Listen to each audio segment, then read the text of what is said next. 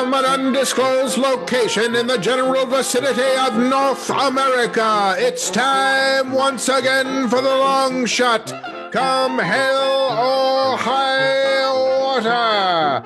Tonight's episode, we've got the Lakers, the Dodgers, Amanda Gorman, and the Night Stalker. And now, please welcome the host of the long shot, Sean Conroy.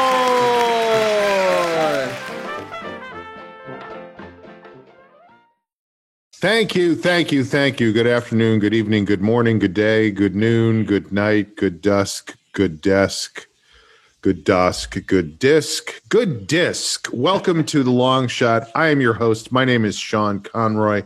With me today on the program, as always, the effervescent Joe Wagner is here. Still here, everybody. Nice to see you. The beverage encumbered Amber Kenny is here. Hello. Glub, glub. Glug, glub. Did you say glub or glug? Glub. Yeah, the glove. And the relentlessly, elaborately coiffed Jamie Flam is here. Was that when I got in here? I just got out of the shower, which is funny. Is it still running? I got to go catch it. The sound. Oh, right. Yeah. I hope to be more unclothed as the pod unravels. I think that's a good description of what happens on this show. It starts here and then it just unravels over the course. And I think it starts off at like frayed. Very frayed. Always it's not frayed. tight. It's not tightly taut. Tightly taut. No, Tied. It's not tightly taut. It's not woundly wound, certainly. It Tightly might be taut, woundly wound. So big week for the country. What a week. Let's talk about everybody's experiences this week with what was going on in the country. And I'm specifically talking about what happened in Indiana. No, the inauguration was this week. So what was that like for you, Jamie? It was good. Jesus Christ. Why did I do that to myself? I don't know. I was surprised that out the gate, but I just thought that was such a huge event that you would have something more than it was good, you know? Yeah, Did you have any reaction to it? Like, were you emotional at all? Were you impressed by anything? Was there something you would have liked to see more of? Were you surprised? More J-Lo. More J-Lo. That was your takeaway. Of course, was very moved. I think, and I think maybe all of our lives are paralleling, and I think it's exposed even more that, like, the juxtaposition. I think obviously the election day and the weeks after that were like the opening of it, but like, by the way, I'm sorry, I'm still not clear as far as what's going on. What is that noise? It's literally rain. It's pouring. And you can't close your window. Hold on. It is. I think you don't hear it on Joe and I because of the microphone, but it's coming down pretty hard. Right. Oh, because your microphone is more focused. Is that improved? That's way better. That's my theory. Yeah, that's way better. All right, great. Okay, so tell me about your takeaway. So several weeks, et cetera, you were saying, yes, go on. Just somehow we've been living through this thing for 4 years, and it's nuts. But just the exhale of this week was like, it made it somehow that much more nuts. Mm-hmm. That we ever, like, we lived through a thing, and we knew we were living through it when it was happening. But to actually see this transfer of power, a peaceful transfer. Right? Again, I mean, they had so many people there to ensure that it was a peaceful transfer of power. They had to shut down the entire city. Yeah. One thing I did notice about my reaction was it's hard to let go of not like letting it fuel rage. Like, and I want to assume to that cycle kind of like the rage for the other side. Like, how are there fucking people in this country, arguably half of it, or that are hating this, that are hating joy, that are hating beautiful poetry, that are hating like the idea of goodness and peacefulness and democracy. Like there are people that, and it made me so angry. So I felt all the things, I think, like everybody, and I'm honored to be the first out the gate. When did that start? All the things. Like that's like a thing, right? Like people go, I feel all the things. It's like, come on. No. Thing you felt. Not all the things. All the feels. All the feels is what you're thinking of, yeah. No, all the things. I've trademarked all the things too. I feel things. I feel things. All of them. All the time. Like if there was a wheel with all the things on it and you could spin it and land on anything, I would say, yes, I felt that thing. Humbled. That's the only disgusted. Disgusted. Sad. Humbled is interesting because that means you took it very personally. That you were like before this, you were walking tall, and now you saw the inauguration. You were like, I am not as great as I thought I was. Or maybe the world doesn't revolve around me because there's this peaceful transfer of power going on. Lady Gaga is not coming to my door to sing. I mean, and what? Well, it's also raining. It's raining right now in LA. The rain, I welcome it with open arms. It's so lovely. Today, I actually went and took a hike, probably not far from where you live, Sean. And to have an overcast, beautiful, it was so nice. That changed. I was very humbled. Man, so you were humbled by the rain and humbled by the inauguration. All right, that's I had a hot pocket last night. That was very humbling. I saw a video of a man who broke into a bank to get a hot pocket. They didn't explain on the news how those two things related, but he had broken into a bank and was arrested. And the reporter was across the street and was able to talk to him. I keep my hot pockets in my safe deposit box. How many times do I have to tell you? And the reporter asked him if it was worth it. And the guy just said, for a hot pocket? Yeah, it was worth it. So has anyone watched any of you watched the Night Stalker documentary? I heard it's very disheartening. It's humbling. It's very humbling. I think Jamie was like, I could never kill so many people. As hard as I try. No. Nor would I be a good victim. I'd be a terrible victim. I'd be bad on either side of that equation. Everything that Jamie watches, he's inspired by. So I'm a little bit scared that he watched. No, I was inspired. I had an epiphany. I watched The Night Stalker, and I would like to stalk the night. I think I can do it. No, but I think having watched that, I watched the last episode last night, Joe. That now you're just talking to Joe. That. I'm humbled. Chop liver over here, Joe. Just the idea of a criminal doubling down on a hot pocket is just after watching Richard Ramirez, who is the devil. It's really funny. He was probably hungry. Which one? Richard Ramirez. But the hot pocket guy. You know, after killing random strangers, like, oof, you work up an app. There's one of them, Richard Ramirez. He would leave it's more horrific than I even remember. But like he would had like a honeydew melon. Like he would hang out after raping and killing people in their kitchens, and there'd be like there was a half-eaten fucking honeydew. Honeydew. It's the worst melon. Whoa! If it's really good, it can be good. Hot melon cake.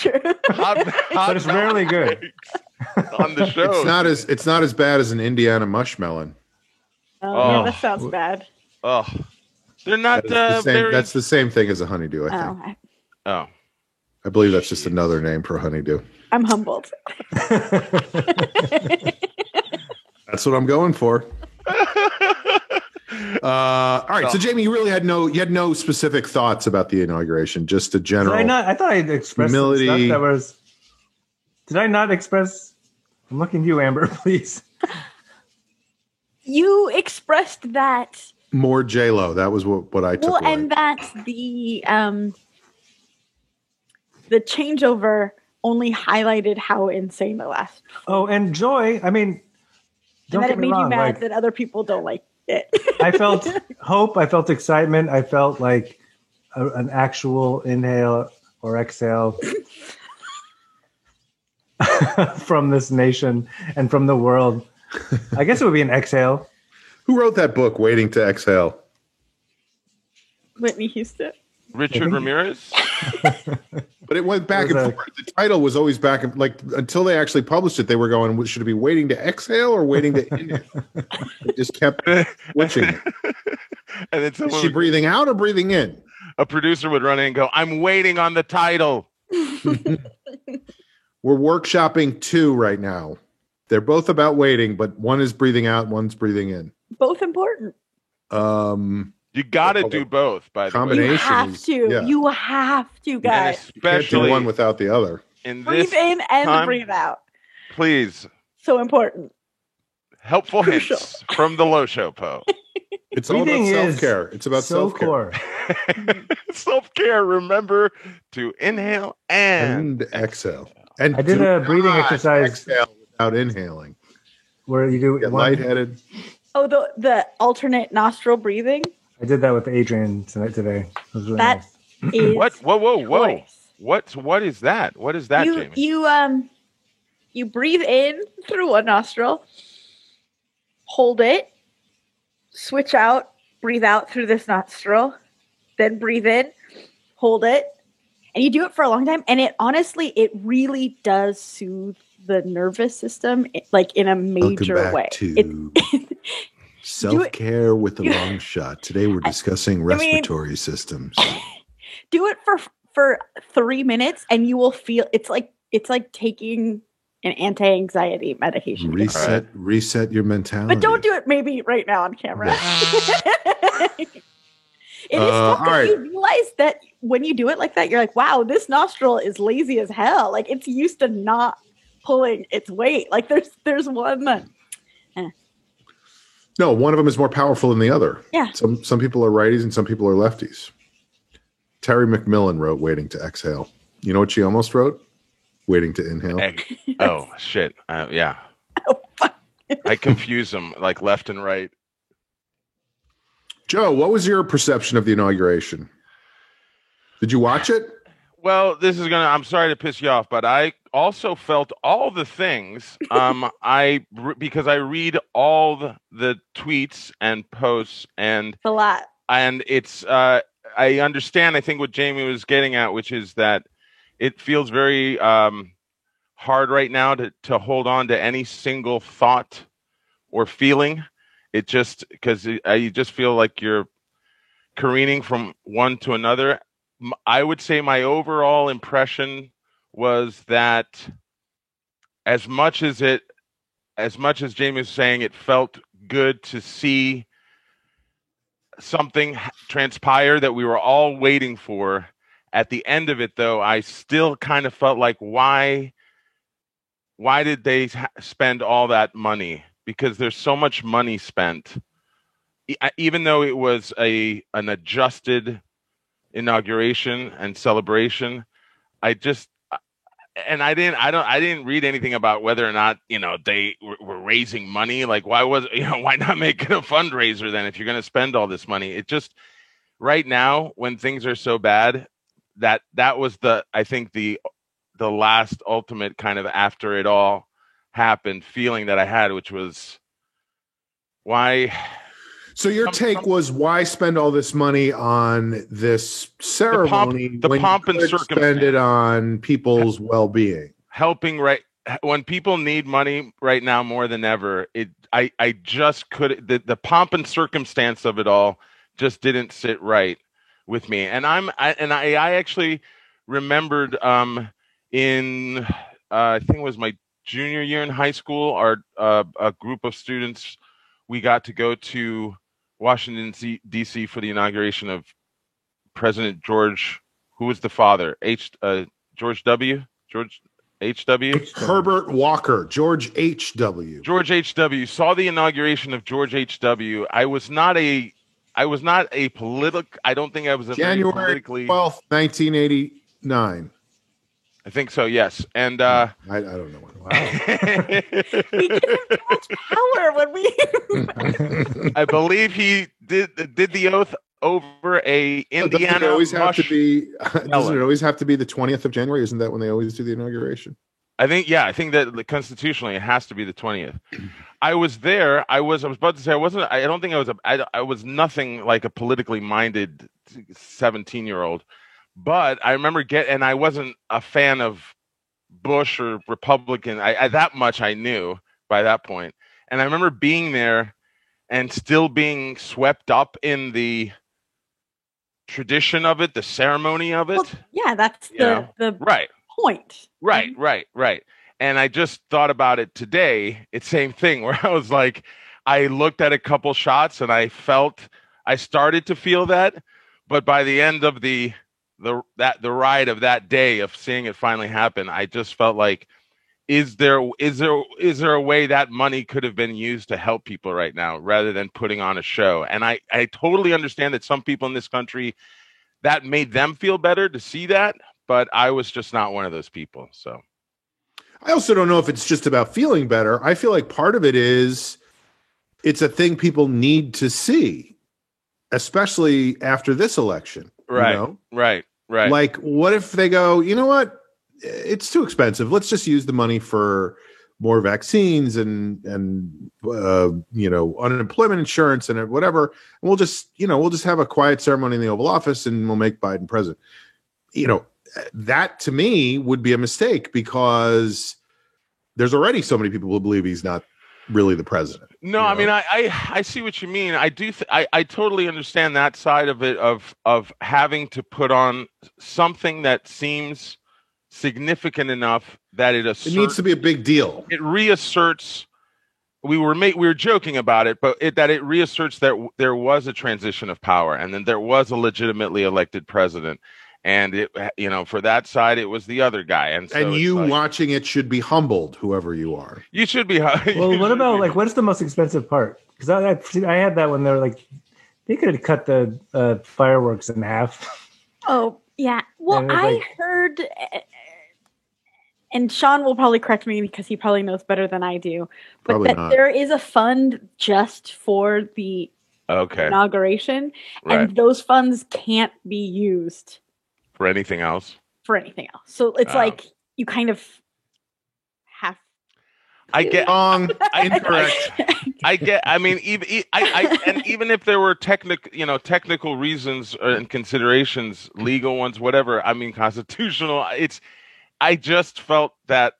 I mean, I think, Sean, they could have found some other way of presenting it to get that feeling across, to get that message across of democracy continues, it's sustained, we move. I totally get what you're saying, and I don't disagree that money should be spent more wisely, but I also feel like any change would be indicative of the fact that this is not legitimate.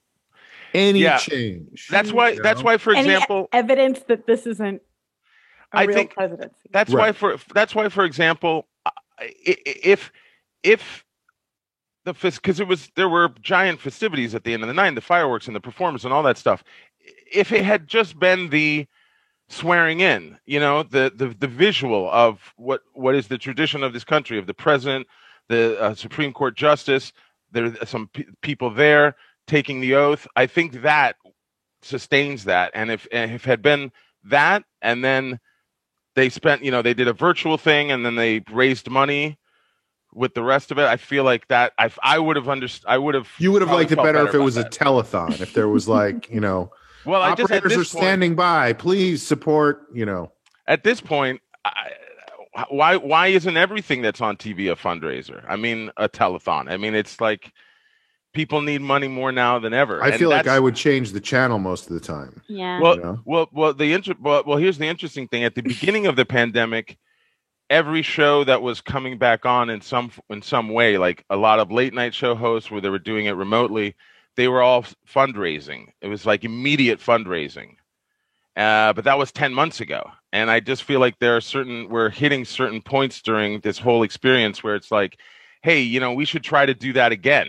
I mean, that should happen. Yeah, I mean, I also feel like if things are so dire, if there's such dire financial need, who are they fundraising from? Who's going to give this money? That's the tough thing, because as I was watching those first couple weeks of quarantine, obviously the totals that they were making for that show were all decreasing because people don't. It's like Jimmy Kimmel was doing it, Seth Meyers, all the late night talk shows were doing it. Some other shows that were coming on were doing it, or there were specials or Zoom read-throughs of shows to raise money, and people are still doing that. A lot of Zoom stand-up comedy shows are like fundraisers and charity stuff, and which is great. And that's the thing. I feel like who is the Zoom stand-up show raising money for? Oh, different not charities. Raising it for different charities, like Downtown Women's Organization in LA, or some COVID relief related charity. I mean, it's the thing that gets me is that I feel like I'm seeing that more from individuals or my friends or regular American citizens, and I just feel like the media industry, Hollywood, and the government, I feel like should be doing any chance or opportunity they have to be raising money. Why wouldn't you be doing that right now? It's just, I don't know. Anyway. Right. So Jamie was humbled. Joe was frustrated that it wasn't a telethon. Amber, what was your perception of the inauguration? I'm so glad that you asked. I'm humbled at the question. Wrong. So I was given a bottle of champagne for Christmas, not to brag, and I've been saving it, and then I kept almost opening it, and then I was like, you know what? I'm going to keep it for Inauguration Day, like when there's something to celebrate. And on Wednesday, when the inauguration happened, I watched it happened, and I felt nothing, absolutely nothing. And I was kind of worried because I was expecting, like this exhale that everyone's talking about and to be overjoyed, but I felt none of the things.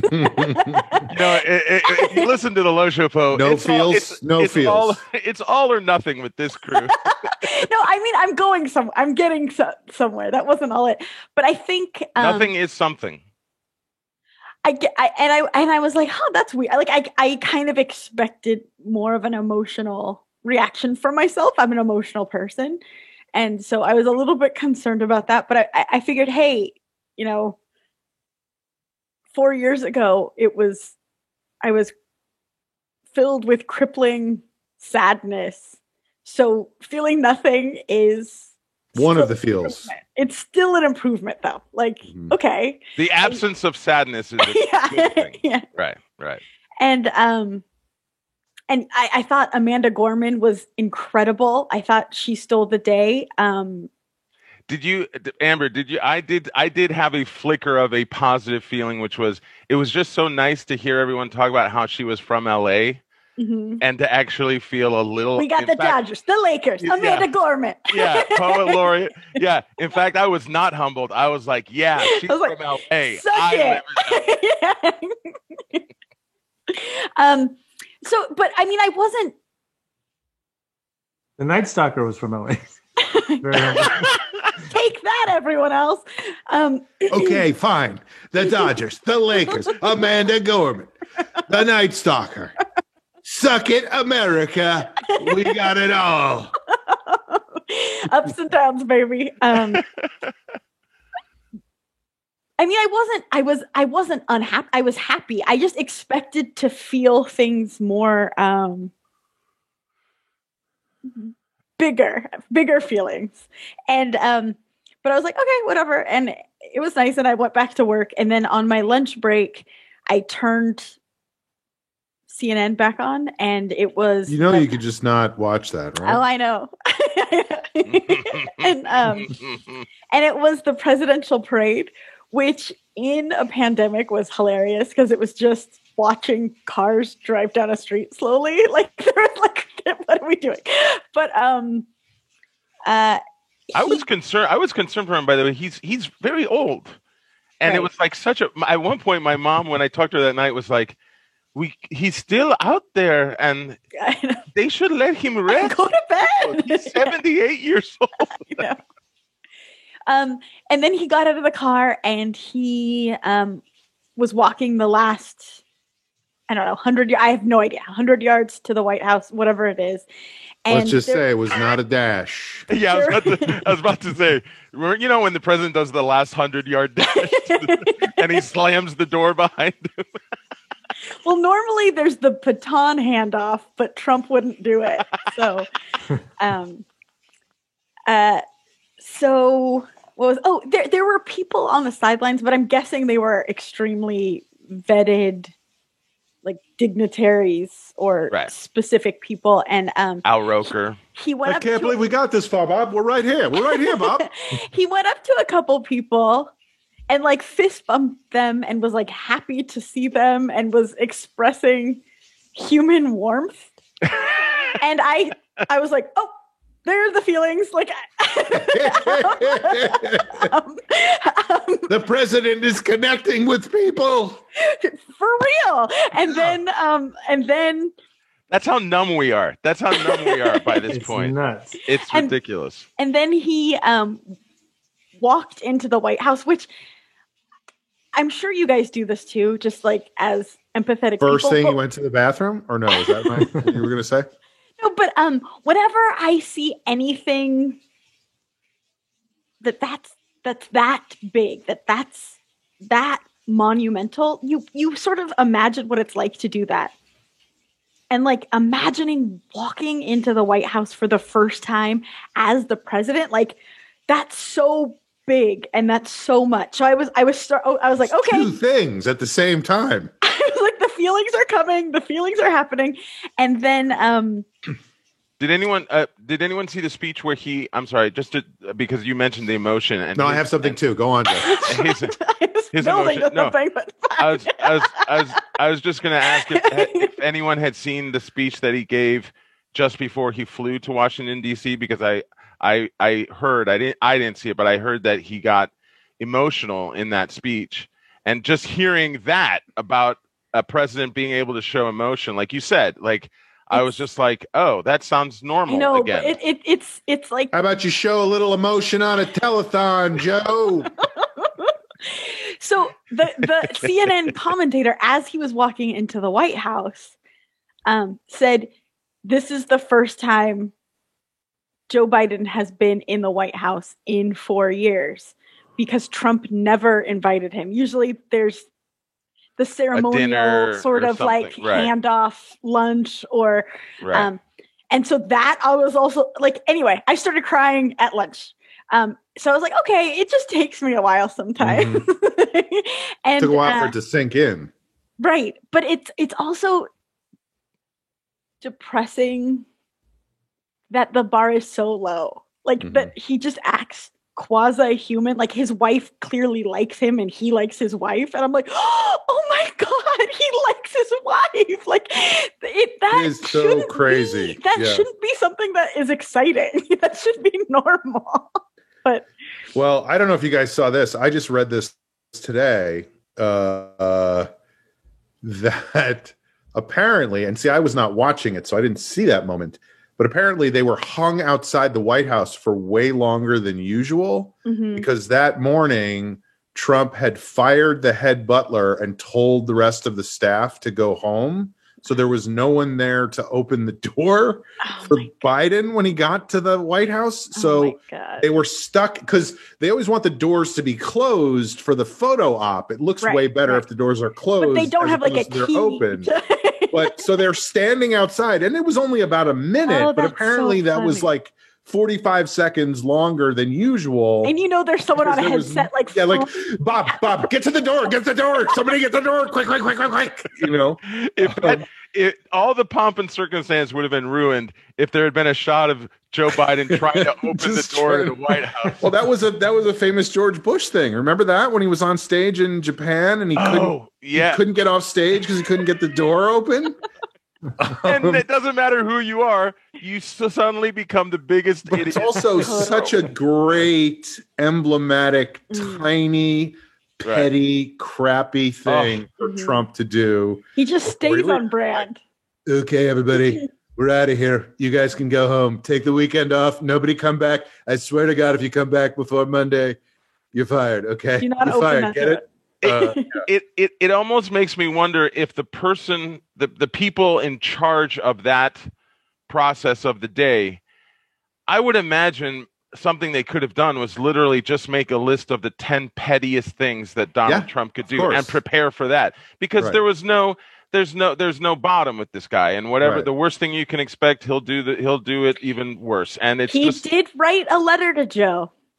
That will come out at some point, and I will just be fascinated by whatever that's. Totally. And I think Joe Biden described it as was it generous? Generous? Yeah. He said generous. He probably left him a $50 bill. Or it was just like, I don't wish you were dead. Like that's. I don't not wish you were not dead. Here's a coupon for my steaks, for some of my steaks. I hope you enjoy the Trump board game. And I don't think anyone on this call is shocked by this, but the fact that it came out that the pandemic plan was even thinner and shoddier than we had anticipated. Like President Joe Biden was like, so what's the plan? Like, what was in place? And they were like, nothing. Hey, you know what? Clean slate. Let's just start from the beginning again. It's like that probably for the best. Isn't there a thing in Usual Suspects where like that the plan was gone and poof. Poof. Joe, is it weird for you that the president has your name? Oh, that is weird. Oh, you know what? I think like a lot of the country, I've thought more about his middle name, Robinette. Is it Robinette? Most of the country. Than Joseph. But yes, I guess you're right. You know what? That is fucking weird that somebody else would have the name Joe. Not sure if I'm humbled by that yet, but we'll see. Maybe it'll kick in later like me. Let's give it 4 years. Why don't you suggest a Joe-a-thon where everybody named Joe gets to go on camera and gets money. Plug for money. Well, to the thing you were saying though about normal, like I had the same reaction when I listened that night to the press conference. Jen Psaki came out, the new press secretary, and was like, I was like, where's the antagonism? Where's the nastiness? Where's the sarcasm? Where's the combativeness? Because she was just answering questions, you know? And if she did, in fact, yesterday I saw one where I was like, it fucking blew my mind because somebody asked a question and she didn't know the answer. And she was like, I haven't spoken to the president about that. She, you know, it's that thing of like, I can circle back to you. I can find out whatever. But then not only did she do that, she goes, do you want to ask, since I didn't know that one, do you want to ask another one? Like she went to the same guy again. But it's also, she even admitted she didn't know something. Like, I feel like right. They would have been like, it wasn't a nasty there's a great question. Plan. We know everything. Blah, blah, Did you see that moment with Fosse too? He's like, it's okay to say for the first time that I don't know the answer to that. Fosse? Yeah. Fosse. What did I say? What is it? Fauci. Yeah, Fauci. If someone could create a meme of Dr. Fauci as Bob Fosse, please let us know. Please call this number. And donate. But, I watched her. I mean, you're talking about they make a list of the 10 things that the 10 pettiest things Trump could do. Right. They clearly have made a list of all the things that they should do when they are in public, because at the end of her press conference, she very specifically said, thank you all for being here. let's do this again on Monday. And then she stood at the podium as she put her mask on and picked up her papers and walked out, clearly like doing it as this is what I'm doing. I'm putting my mask on because we should all be wearing masks all the time. Like, and I just was, I was so humbled by that. I think what many people have been experiencing right now is just that it's very hard to feel any kind of elation when it's been 10 months. I mean, I think everyone's exhausted. And so it's like you can have that moment, but then you realize, oh, it's barely a ripple of what I should be feeling because I'm just too tired of it all. I mean, and it's I mean, it felt like he was, like people have remarked, it felt like he was elected 7 different times, I mean, it was like, so by the time you're seeing him swear, putting the hand on the Bible, it was like, okay, yeah, well, that's boring. Yeah. I don't agree. I completely disagree because I feel like this was such a fucking stumble, this whole period, this 4-year period.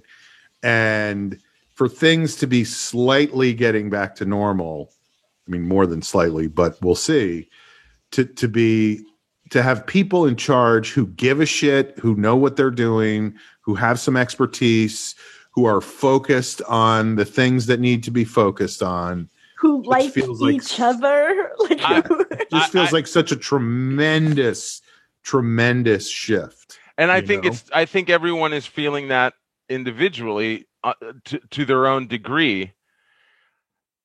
But again, it's like having 17 different thoughts in your head. I keep coming back to like what Amber has been saying of like the bar is set so low, and if the bar is set low, I think that's okay to acknowledge that, but it's also important to remember that we can't keep the bar that low. It has to start rising, and we have to get it to a new high. But I feel like the opposite is true too, where you can look at it and go, who gives a shit that he did all this? The bar was so low. He's doing nothing. Of course he's a normal person. Of course he's a nice guy. Who cares? There's no bar. I mean, because there is no bar, But I think it's more than that. Like there are competent people that are actively involved now, or at least as actively, because there's the whole other issue of like, now there's the shit going on with the Senate and confirming people and all that stuff, and the rat fucking shit that goes on in DC that's just as bad as it ever was. But anyway, I just feel like it's been a huge difference, and it makes a difference, and it will make a difference in people's lives. It absolutely will. It absolutely will. And it was good to read the first 2 days of all the executive orders he was signing and all the news reports that were coming out of this department is now being refilled, with new appointees. And I absolutely, it is dangerous. And I've seen this. I just take it all in from different people's reactions. It's dangerous to start thinking that it's dangerous to try to make what's happening right now so negative. So again, the cynicism that can come in. I think what you're referring to, Sean, of anyone who just looks at this and goes, who cares? It's not a big deal. I think there are a lot of people right now who are taking this stuff and trying to make themselves feel worse, because that's a self-destructive thing. And I think for your mental health, you have to find that balance between letting yourself acknowledge the goodness of something, but without, I think, letting it go as far as not to keep pushing for better. And I think that's where you're saying you need to inhale and you need to exhale. You need to do both. You need to do both. I think, I'm not sure if this is what you were getting at, but I know a fear that I have, that I've heard a lot of other people have, is the one thing about Trump is that he was this like polarizing figure, and he got a lot of people who weren't engaged engaged in politics and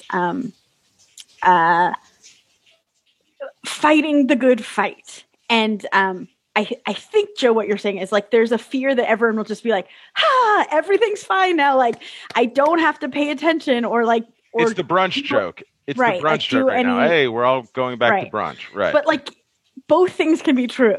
Like absolutely. Biden can be better for the country and we can stay engaged. And it's just like we have to figure out how to do that.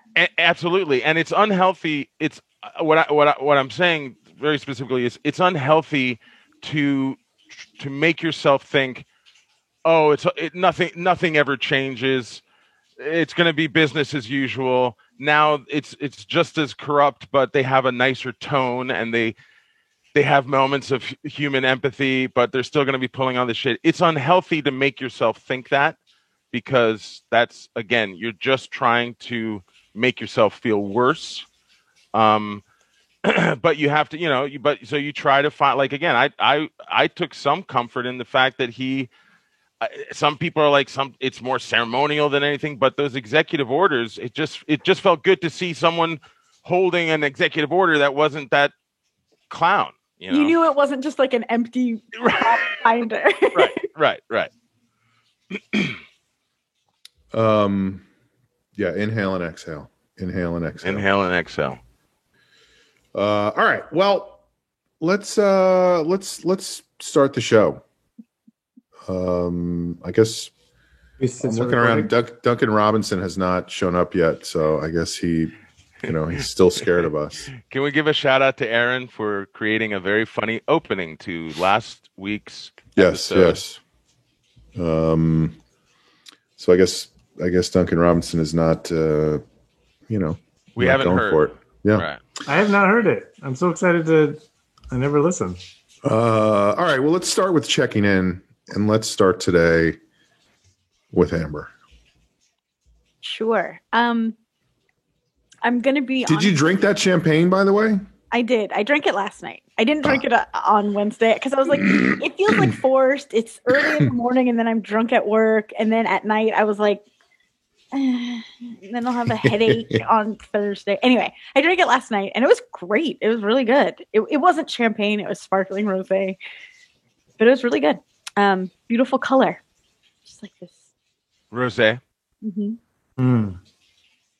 And that's my checking it. I guess. Oh, what? No, I was just going to. Never mind. No, it's not worth it. Go ahead. Oh, go ahead. No. Go ahead. Just to be like fully transparent, I don't know if it's the weather or if it's just like I am not the first person to acknowledge this, but we've had 3 Wednesdays in the year 2021. The first one was a coup. The second one was an impeachment. And the third one was an inauguration. Like, it's been kind of a lot.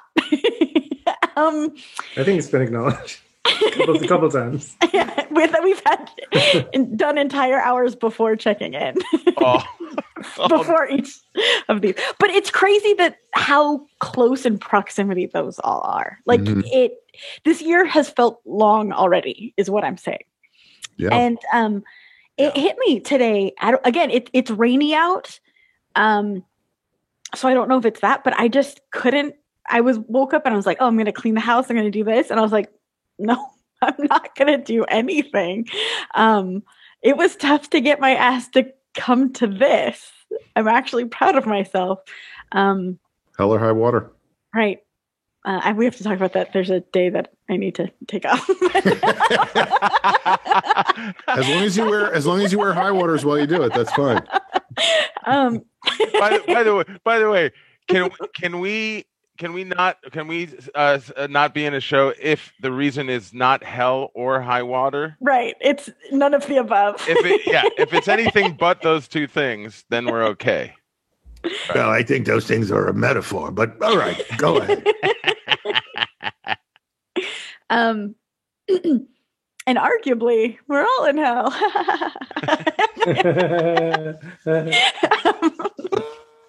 The water's not Freeze high. The water's not high yet in LA, but it is raining.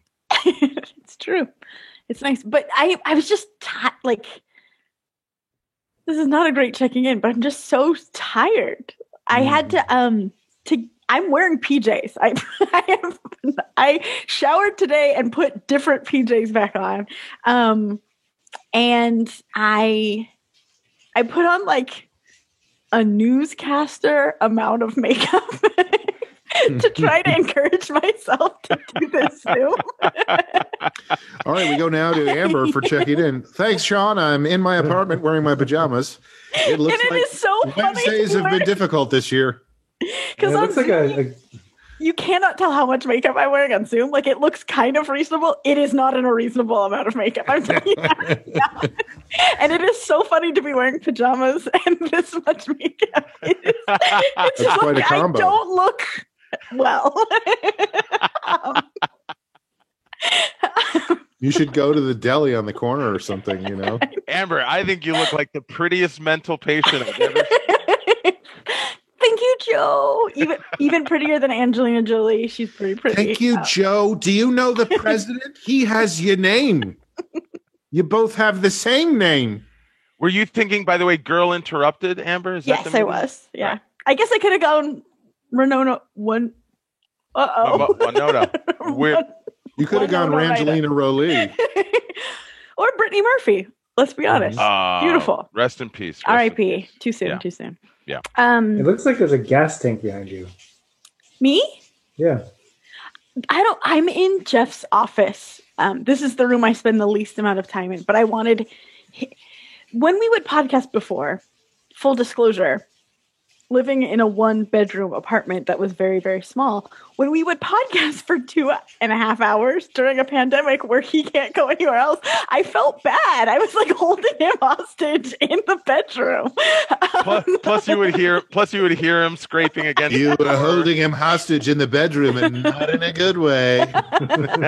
So now I love the fact that we moved and that I'm here at the back of the apartment and he's doing God knows what, and it's God great. knows what And this that is the guy only does. time I'm ever in this room is when we're podcasting, but it isn't the most aesthetically pleasing room. It's kind of like where we threw all the stuff we don't know where it goes yet. Well, it's a good thing that podcasting is an audio medium, so we don't have to look at anything.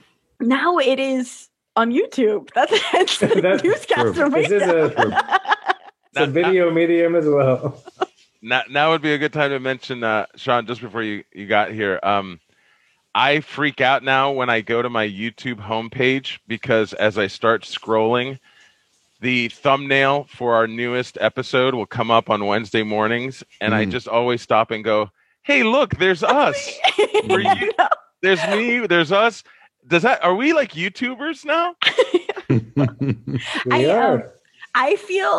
I think the most shame in my life when, as a married couple, we in the new millennium. What am I talking about? Is this about you being hostage in the bedroom? By the way, you started with shame, and it was like, yeah, we got married. We're getting there. We're getting to the shame. Don't worry. We're not there yet. But like we both will sometimes have TV on that we're not that engaged in. So like slice into our sexy married life is we will both be on our phones while watching TV. And Got to keep yourselves preoccupied. Otherwise, you might have to have a conversation. No, we talk all of the time. Like it sounds darker than it is. But occasionally when our YouTube clips come on, I'll like click on it and the sound is on, and so then I'm just like, oh God, he just caught me listening to my own podcast. That's where the shame comes from. Yeah, I said that. Yeah, I said that too. Yeah, that was good that I said that. Yeah. But because he doesn't ever listen to the podcast, but What? it's fine. Hit But a lot of people. I forget There are what. millions of people. Yeah. Billions. All right. I forget what story I was playing. I was playing a clip for some reason while I was sitting in the living room, and I didn't realize he was listening, and I caught him laughing. I was like, "You like my podcast?" Jeff, rate and review, Jeff. Subscribe to the YouTube channel. Jeff, smash my like button. By the way, folks, if you're listening at home, please subscribe to the YouTube channel, because then we eventually can advertise and get We're money. gonna monetize, I think, right? And like, in one of Well, we're these just decades. going to do fundraisers for charity. Yeah, yes, Mhm. right, yeah. telethons. Yeah. Oh, yeah. But I guess that is. Oh, I also started baking. In A lot my of people other did that early in the whole thing.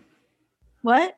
A lot of people did that early in the that seems like Oh, a yeah, thing yeah, that yeah. happened like a month in, and then everybody kind of trailed off. You took the opposite approach. No, and I'm not doing any good baking. I'm not baking bread. Bad bake. Hey, look, I made a piece of shit again. Hey, No. this baked good seems like it's from the other side of the streets. Anybody want some burnt crap? It's a cupcake with a little leather jacket on it. I don't know what the fuck That's this is so- supposed to be, but I baked it. It fucking sucks. Look at all the smoke coming off. Well, you joke, but in my old apartment, my friend Alyssa always makes fun of me because she makes fun of me because anytime I talk about the old apartment, it's just like, yeah, like the lighting's better here. Like everything about that place is the worst. Right. But it really kind of is. It's kind of amazing that we lived there that long. But the oven was very, very small and bad.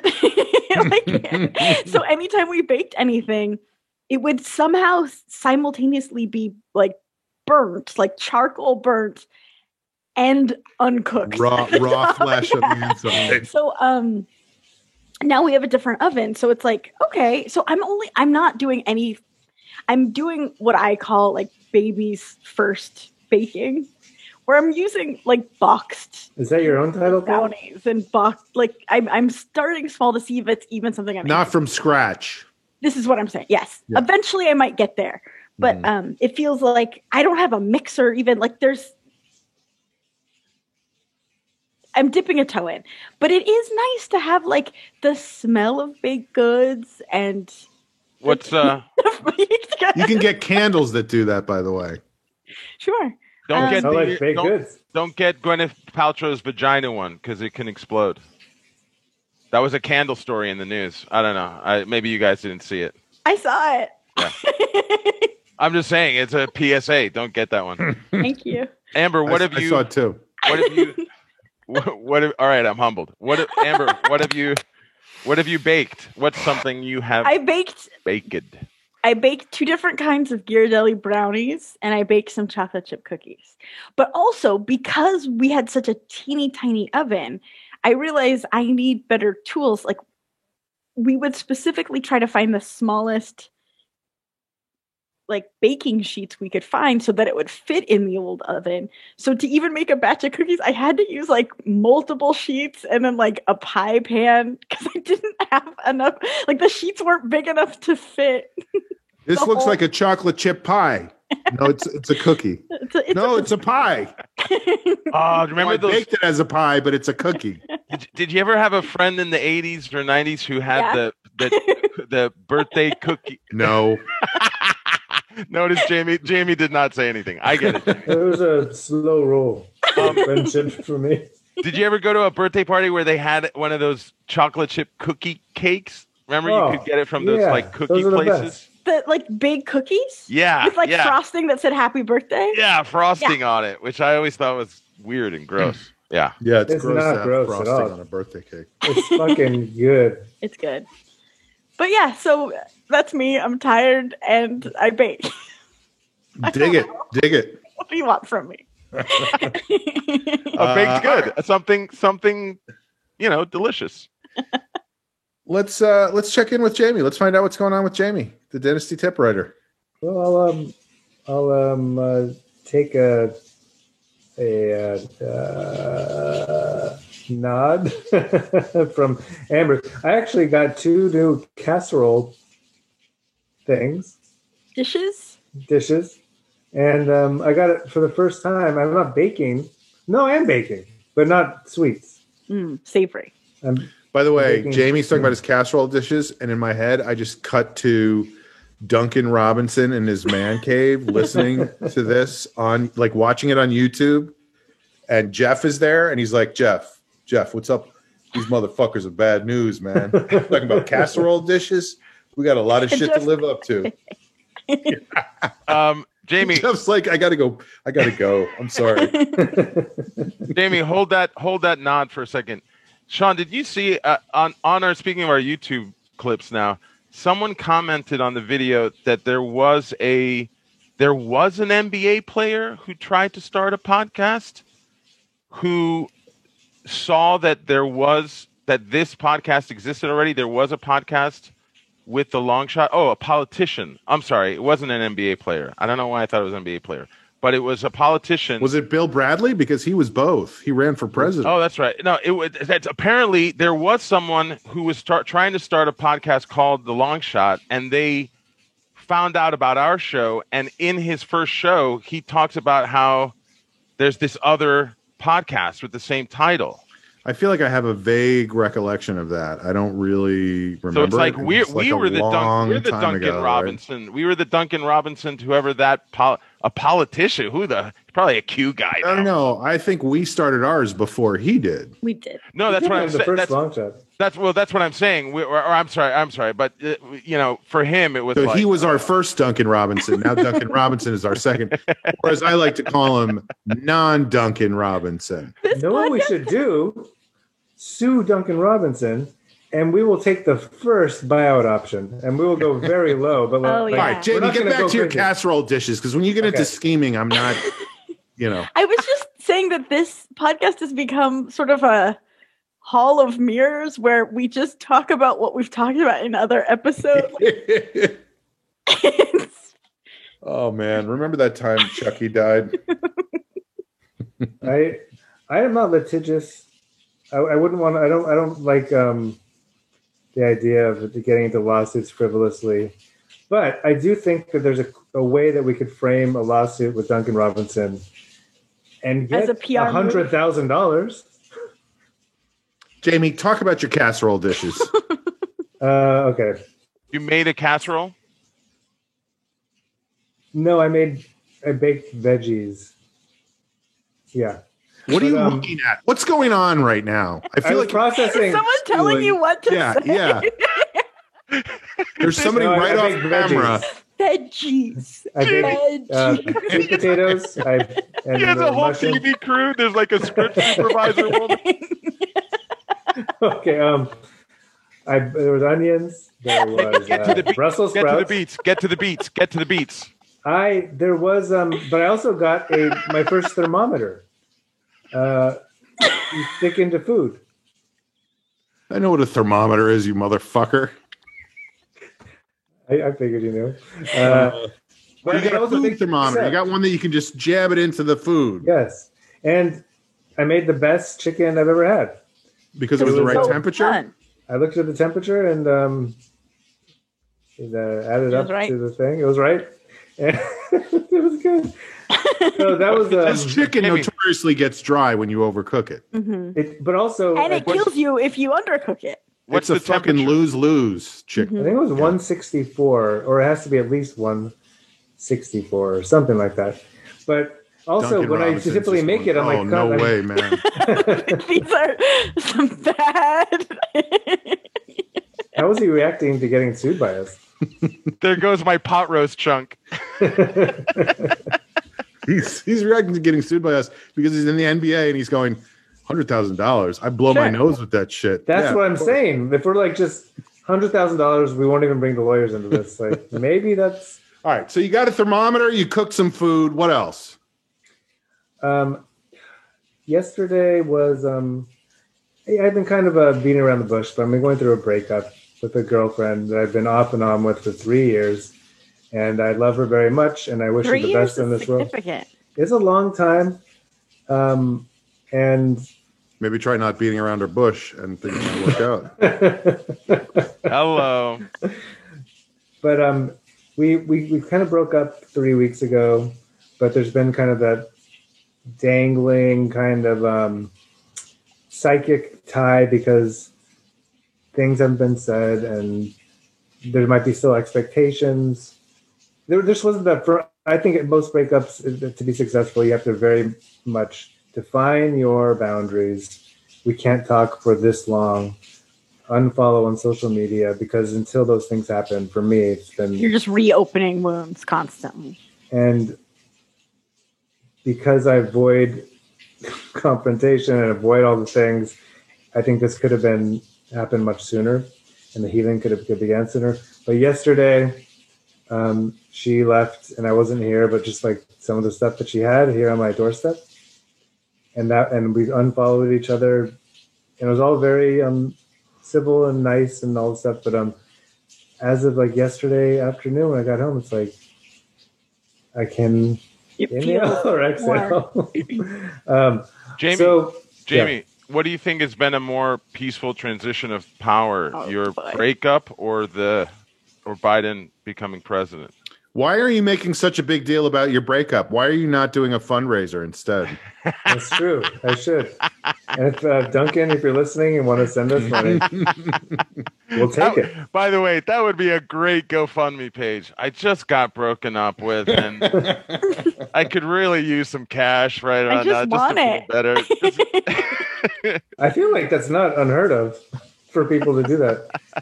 I don't know, and I didn't want to talk about it. And I guess I'll just leave it all that because it's like it's private. Some of it is private. Yeah, it's private, and it's but I feel like that has been this ongoing thing really for 3+ years, off and on, and that kind of coinciding with the new presidency, with the new year. Like I feel like I can finally focus, or just exhale is the best word. It's just like. Fuck. So when you say you came home to your apartment, you're not saying you sat there and you like put on "You Light Up My Life" and started crying. You were like, "Whew, I feel okay." Celebrate good. Not celebrating, but like new beginnings. Just new beginnings. Yeah. I mean, I was very humbled, and I think that's good. I think because I think sometimes relationships.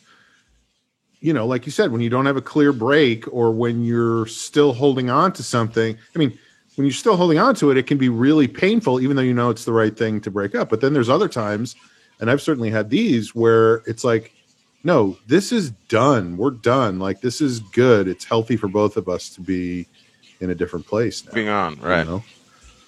Yeah, it's tough when it's not, because there's still so much love and it's just all the thing. I mean, all the things. I do say that a lot.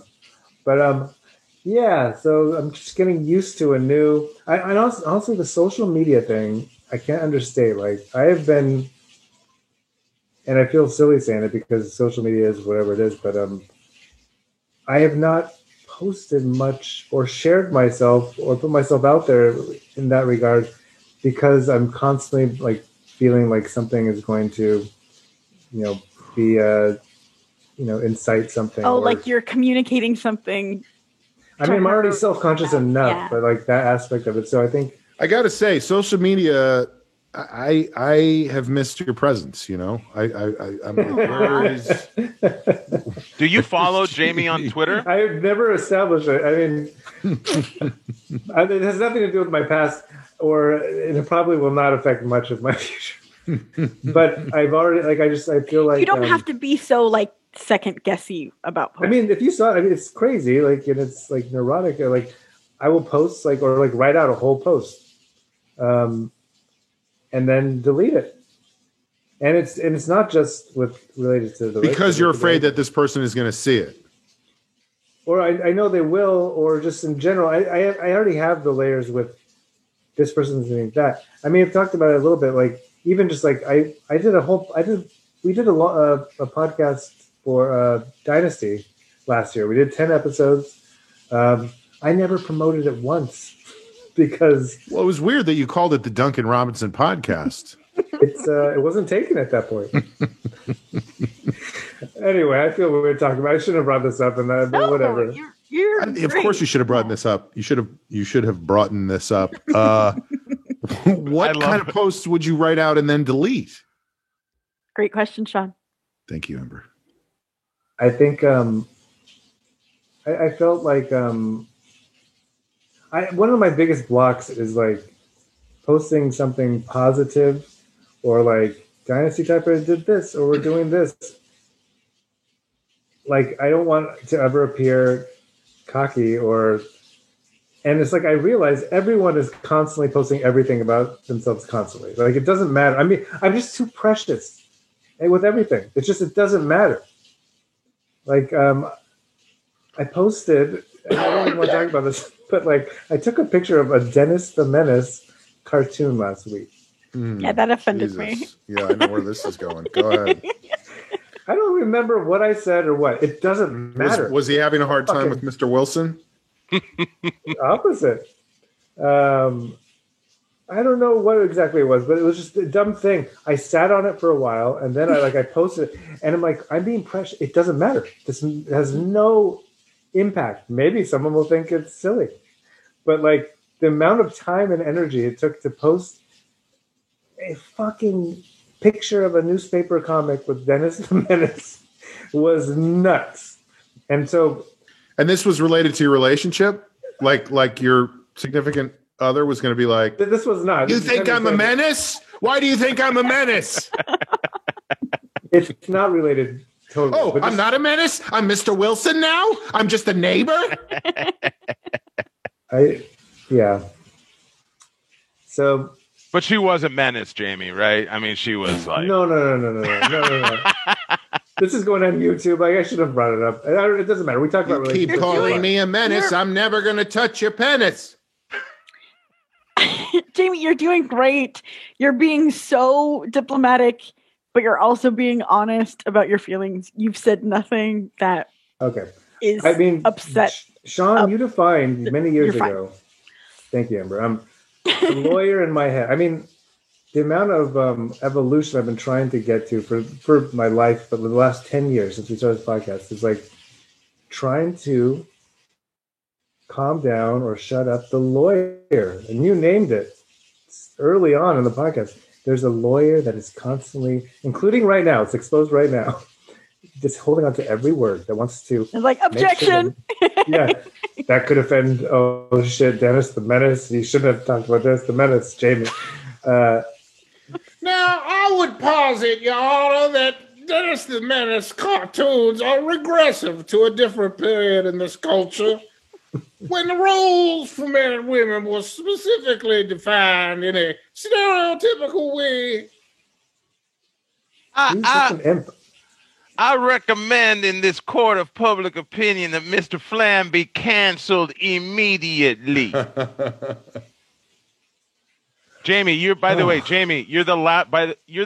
my view, you are the last person who would get canceled. I don't think that's inside you, buddy.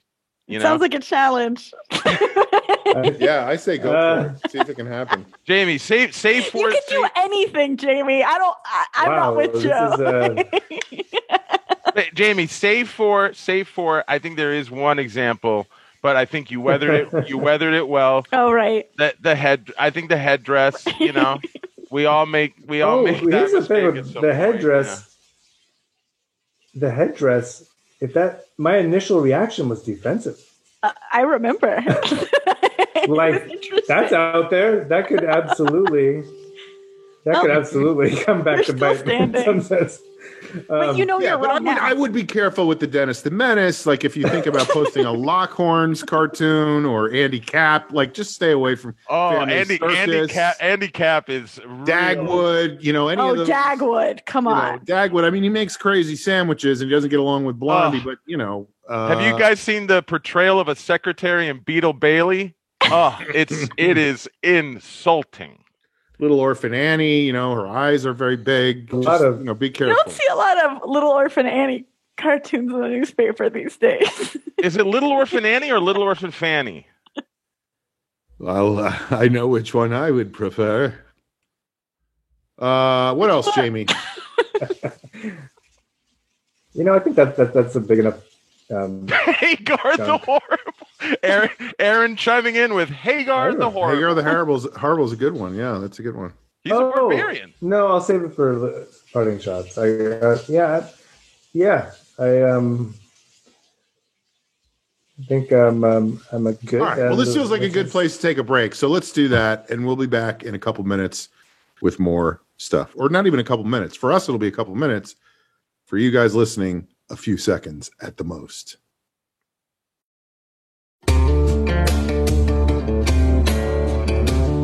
Hey, everybody, this is Sean. You're listening to The Long Shot, obviously, and we would really appreciate it if you would subscribe to the YouTube channel we're publishing these on. I don't know if you knew that, but you can actually watch us on video. So what a bonus. What a bonus. The YouTube channel is Sean Conroy Gets Happier, so find that on YouTube, subscribe, and rate and review. Leave comments, write notes to the manager, find customer service, everything you possibly can. And now, back to our regularly scheduled program.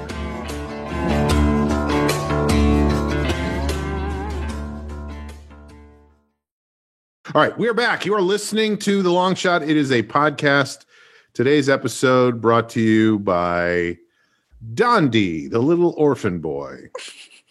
All right, well, let's keep going. Checking in. Joe, what's going on with you? Woo, well, where to begin? Well, it feels good to come after Jamie and Amber because you have no baking stories? Well, I have not baked at all. I did order from IHOP for the first time last night. So that was a big deal in my life. Yes, Amber, the floor. What'd you get? I knew before she even, just when her lip curled, I knew exactly what she was going to ask. Did you get pancakes? Here's why I did it. Well, from a variety of locations.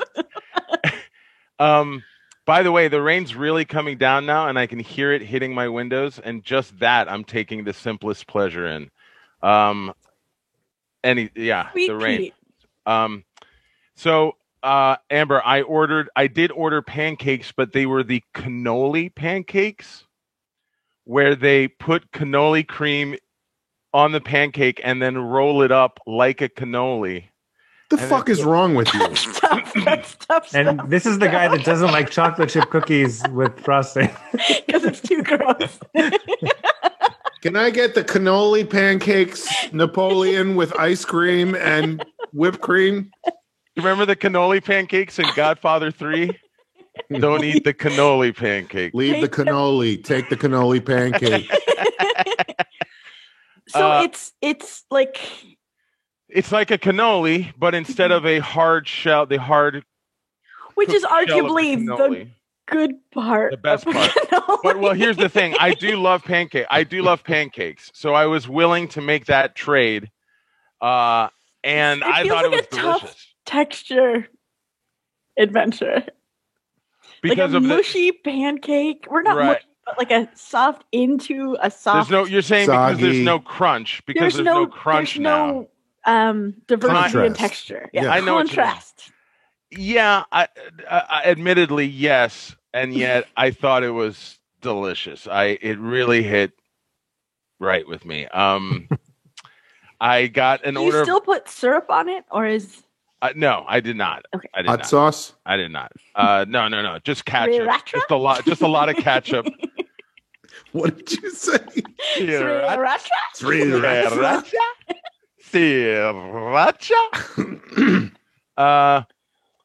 I specifically ordered the cannoli pancakes because they were on the IHOPPY Hour menu, which is I've been waiting all week to say IHOPPY Hour. What happens in a pandemic, man? You got nothing. You got nothing to look forward to. No, the most ridiculous. It's just Just death, destruction, and bad puns. right, and yes, it's just the absurdity of it all. I can't. It's been hitting me as well. Amber said she was tired. I've been very tired. I've completely inverted my sleep schedule. I'm now at literally staying up until like 8 or 9 in the morning and then going to sleep. You're saying inverted your sleep schedule, but I feel like that is your pattern. Like that is Right, Well, you were normal always for a you. night stalker. Ooh, sorry. Oh boy. Why won't Uh-oh. someone make a documentary about me? Here comes the Night Stalker. I guess he's probably going to want those cannoli pancakes again. I'm dying to know what else is on this IHOP. Okay, well, mozzarella sticks, which by the way, now, if anyone's been doing the delivery thing to survive, as I'm doing, somewhat shamefully, but you have to start learning how to reheat, like effectively reheat a food. And So there is baking involved. well, maybe I've been doing some light sautéing or frying, I would say.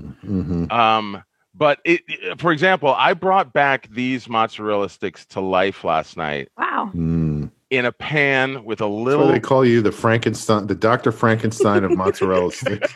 They're alive. By the way, the name of the mozzarella stick is not Frankenstein. That's the name of the guy. The name of the doctor. You're Dude. Frankenstein. Yes, please get it right. I The put a mozzarella light- sticks are just called mozzarella sticks. They're called Frankenstein's mozzarella sticks. I put a light sheen of oil, and I'm very careful. You make it sound disgusting, by the way. Go on. Well, what's new? What kind of oil? That's the podcast. Great question, Jamie. Okay, Thank well, you. okay, Thank you. Again, I don't mean to go to these places, and I think I'm going to gross you guys out a little more right now, and I apologize in advance. Jamie, the oil is olive oil that's been That's here fine. since I moved in, and That's not fine. It's not What do you mean? counterpoint. You It's not inherited fine. the olive Yes, oil? yes, the olive Okay. oil. The Was, apartment's all yours. It Yeah. comes have to take with the the olive key oil. for the bathroom down the hall, and this olive oil is all yours as well. and I would There's say- one tie in the closet. You can keep that. I've never heard of moving into an apartment with olive oil. Well, I was remember this place I moved into. I was taking over a friend's lease. Whose? It was actually olive oil from Popeye. a comedian. I don't know if she ever did the show. J.C. Coakley. You guys Oh yeah, remember J.C. Coakley? Yeah. yeah. So I didn't she- realize that's whose apartment you moved. That's and it was fully furnished. So there were things here, and she had left some stuff. And one Yeah, of there's a them was couch over bottle. there. There's a chair by Okay, the fireplace, and there's as- olive oil. Well, the problem is this: like 2-3 years ago, I remember I was like, "Why don't I check that olive? Why don't I just give that olive oil a whiff?" You know. Oh, And You have your nose. You know exactly how olive oil is supposed to. well, I can pick up, I think, a rancidity, and it was you're also not using a whole heck of a lot of olive oil. No, if you no, still have this bad boy. I'm a responsible adult, so I Googled, "Can oil kill? Rancid oil kill you, or is it bad for you?" And It's a people were long like, Google. and The people were Google- like, Can you ask another question, please? "Someone please help me." Maybe. Because I I don't am know. scared right What are now. you saying? And when I moved in here, there was a bottle of olive oil. JC Coakley, have you ever met her? Jamie, it's basically olive oil, but it's not in great shape olive oil. I'm using it sparingly, but and it's not great for you, but it's not gonna hurt. It's not really gonna hurt me either. I'm dead ass serious. I'm gonna get your address after this, and I'm gonna send you some olive oil. You're gonna get some new olive oil. I'll throw in on that. I'll Venmo Yeah, you. I'm a going to couple send you bucks. some too. I just want you to have a lot of olive oil because now that you're But making listen, mozzarella you- sticks, or not making them, but bringing them back to Reheating, life. man. Right.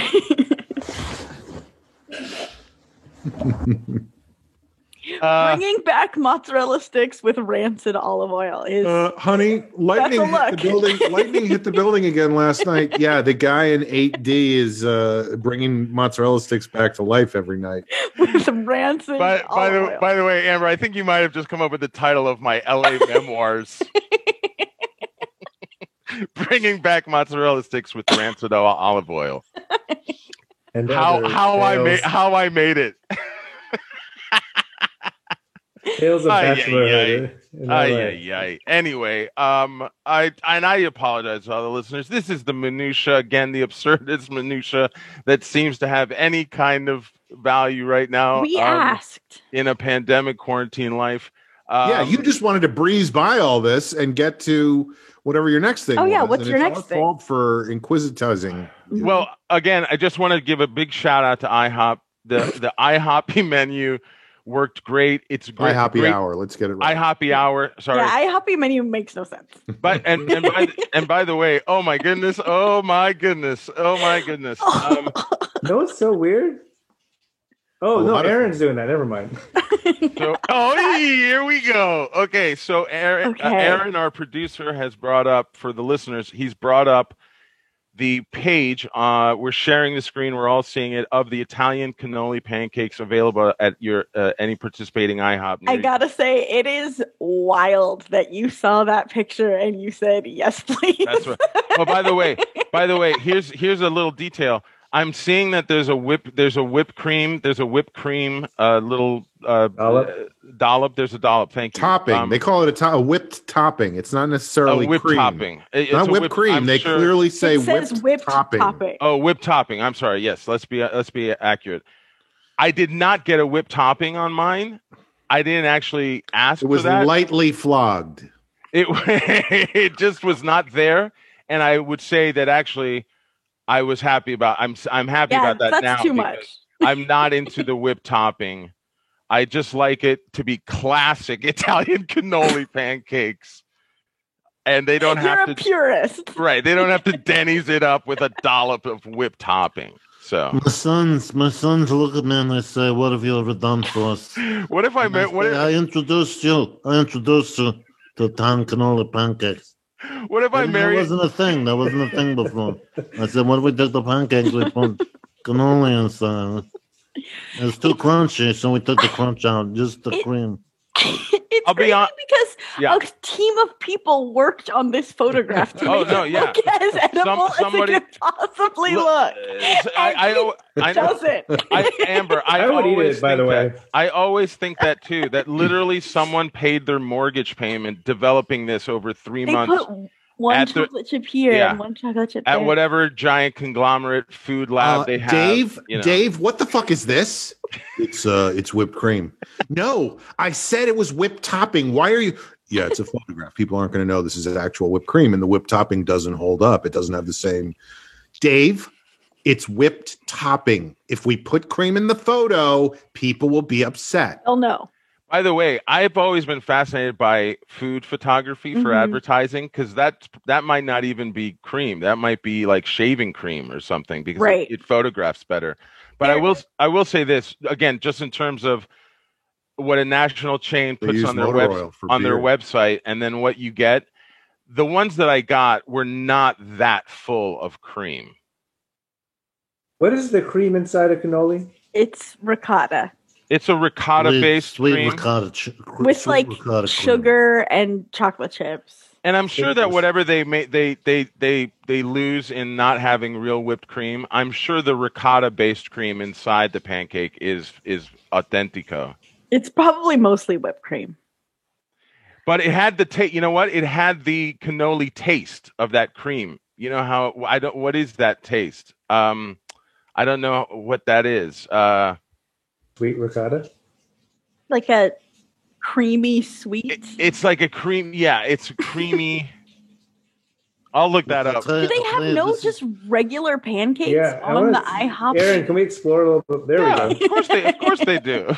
Amber's like, get this away from my eyes. I At this don't love point. it. I don't love it. I'm not gonna lie to you. Give me That is a a nuts give me a meal. real American pancake. that Here's the omelet next thing. is Here's Here's the next thing Disgusting. we're gonna add. It is so packed. We're gonna take the pancakes. We're gonna mash them into a bowl. We're gonna mash them into a bowl, and we're gonna put the Mexican stuff in there. We're gonna put the Mexican dip in there, and then so we're gonna have roly-poly. Where's Dave? Cannoli Why isn't pancakes. Dave working? Who's this guy? This is I'm the food developer. I'm not the food Oh well, stylist. I'm making a new kind of food. What's that? We prefer working with Dave. He's Dave is a food stylist. I'm coming up with a new food. It's called roly-poly guacamole cannoli pancakes.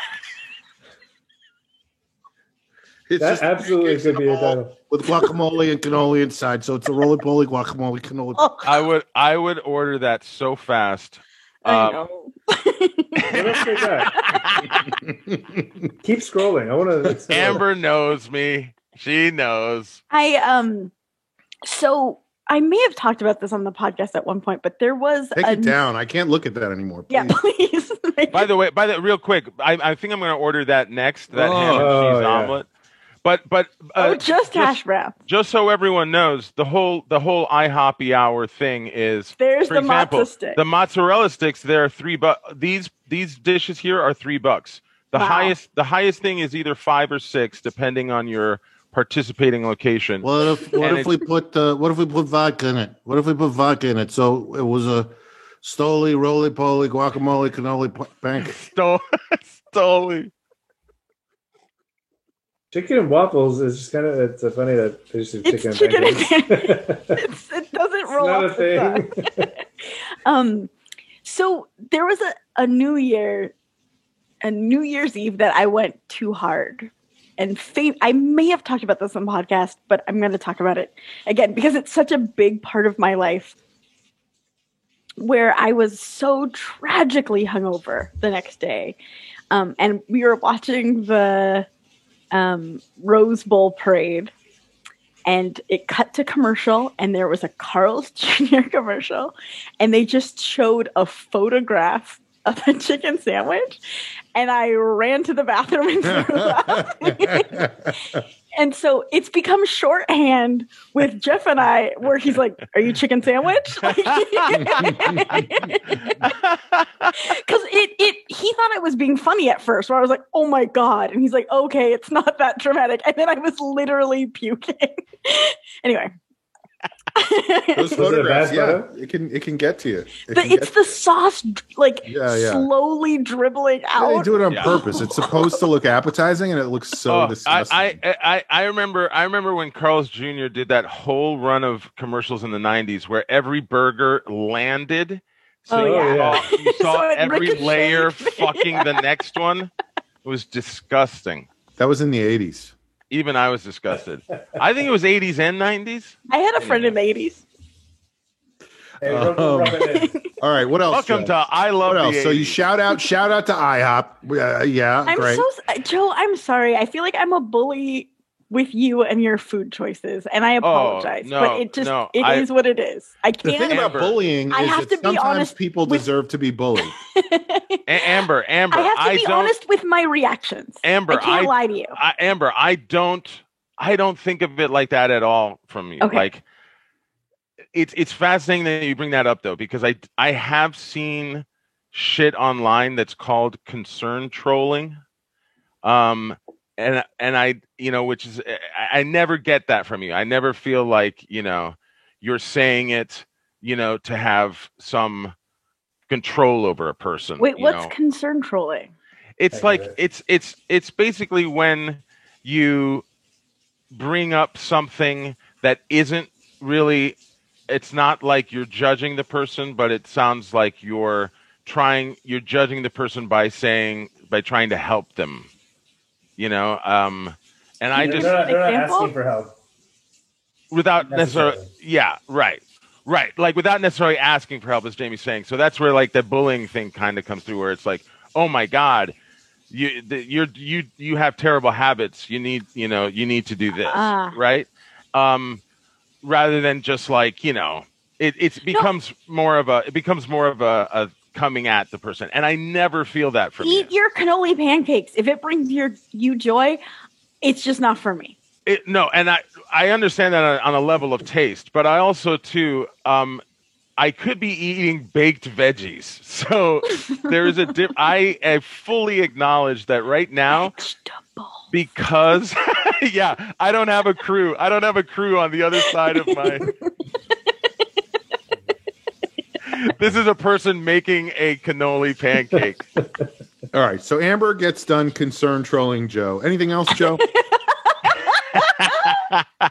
Amber, I appreciate your reactions. I appreciate your reaction. I can't lie to you. I can't lie to you. I would not want anyone to. I would not want anyone. I will say honestly, I also find that you ate that disgusting. So. Sure. No, and I totally understand. I'm not concern trolling. I'm just trolling, but yeah, what I'm saying is I got through the whole chunks thing already. It was at the end of the year. The chunks. The beef chunks. That was tough stuff. Yeah, I got through the chunk. I erased that from my memory. No, I know, but I didn't because I thought I dreamed that. That one was traumatizing. That was tough because I truly did not mean to churn everyone's stomachs with that. And there are some Lo Chapeau listeners, I believe, in Australia who were validating that they have seen that as a term for meat. It's a term. The other side of the world, yes. Like that's what you feed your dogs. It's at this point, term. I would move to Australia. I could move to Australia. Do it. Chunky soup, the whole Chunky Campbell's. We all know Campbell's has an imprint called Chunky. Yeah, it's about the big chunks of meat. Right. Thank you, Jamie. Don't get in the middle of this, Jamie. It's dangerous. Backing up.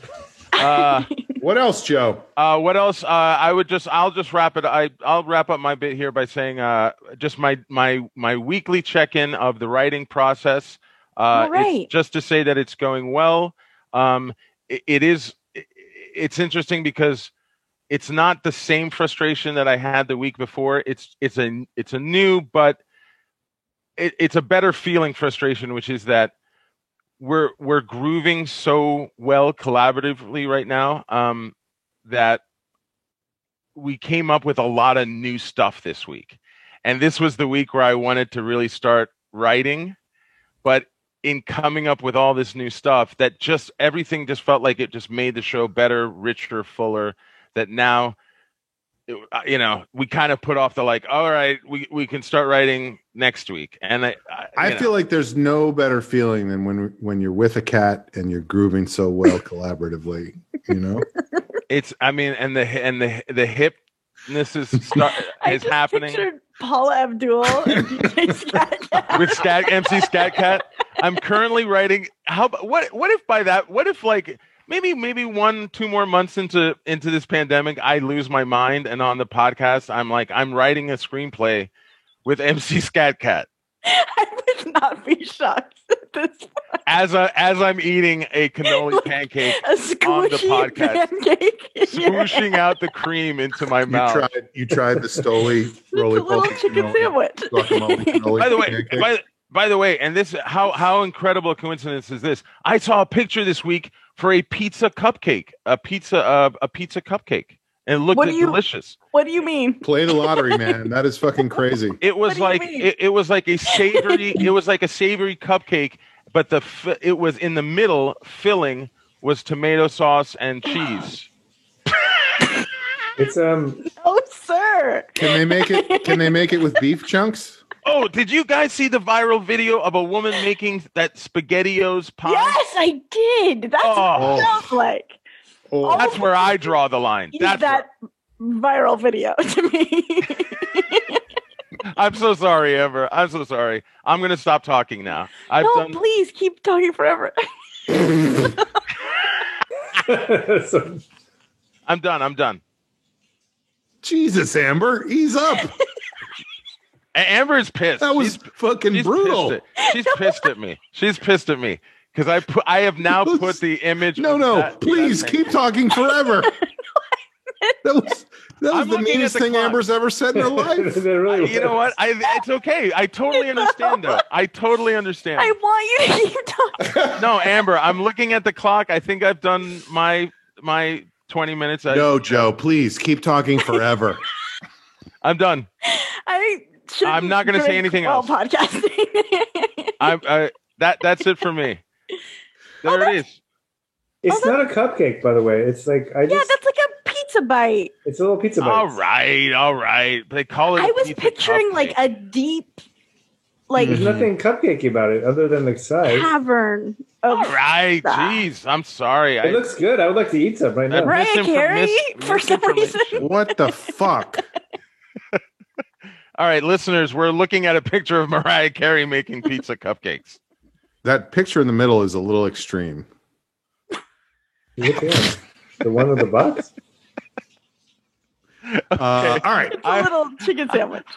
I'm tired of me. Please. No. Keep talking forever. I need a lawyer. I need Jamie's lawyer. Have him.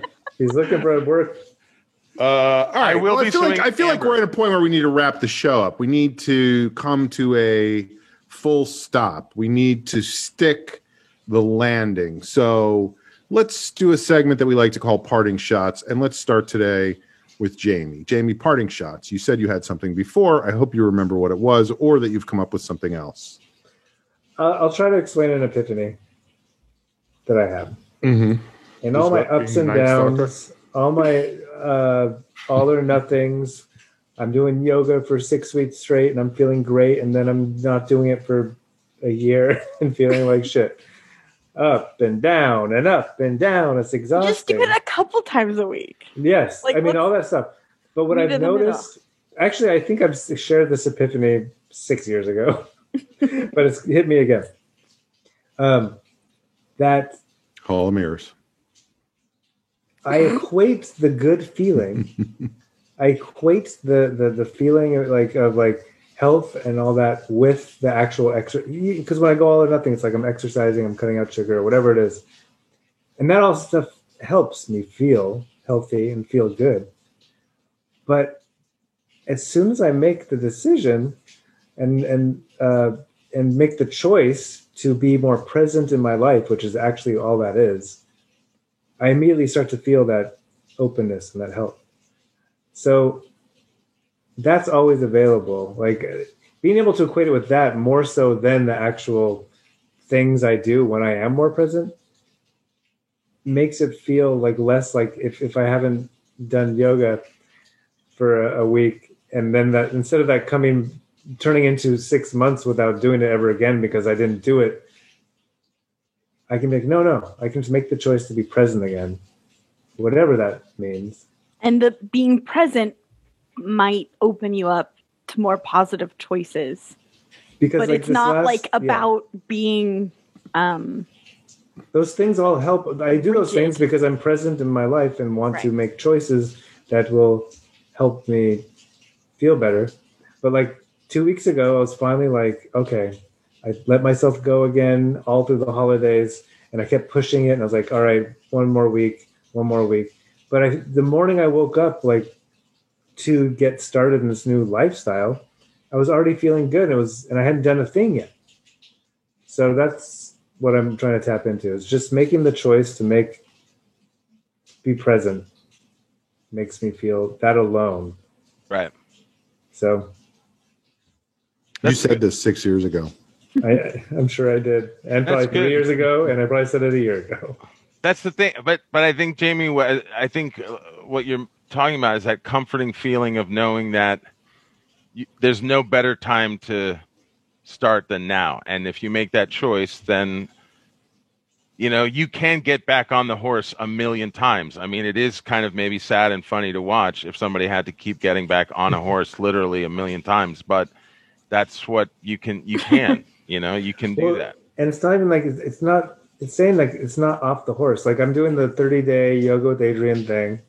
And I'm on day. Me too. 22. I'm on day 9. Oh, you guys are doing this. You guys are doing the same yoga thing.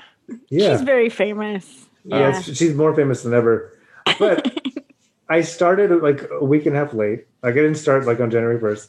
And then there's been like 2 or 3 days where I'm like, all right, I'm on day 9, and then I started 13 days ago. And so I'm trying not to equate it with falling off the horse. It's just like. I I take didn't- today off and then tomorrow I start again. Yeah, Right. exactly. So Moderation. moderation. Great. So Done. you're on day 9, but you started 14 days ago. I don't think it works that way. It's working.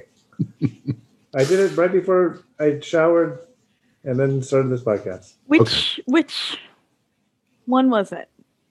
Yeah, which one was it? I did yoga. And then I Yeah, took a which shower. one was it? Oh, number 9. No, which yoga was it? Was it the What was bird one? the name The of crow Oh, pose? it was balance. Warrior 6? it? Oh. There was no Um, Warrior 6. All right. Well, you just haven't gotten there yet. Wait till day 30, baby. All right. I'll go next. Here's my parting shot.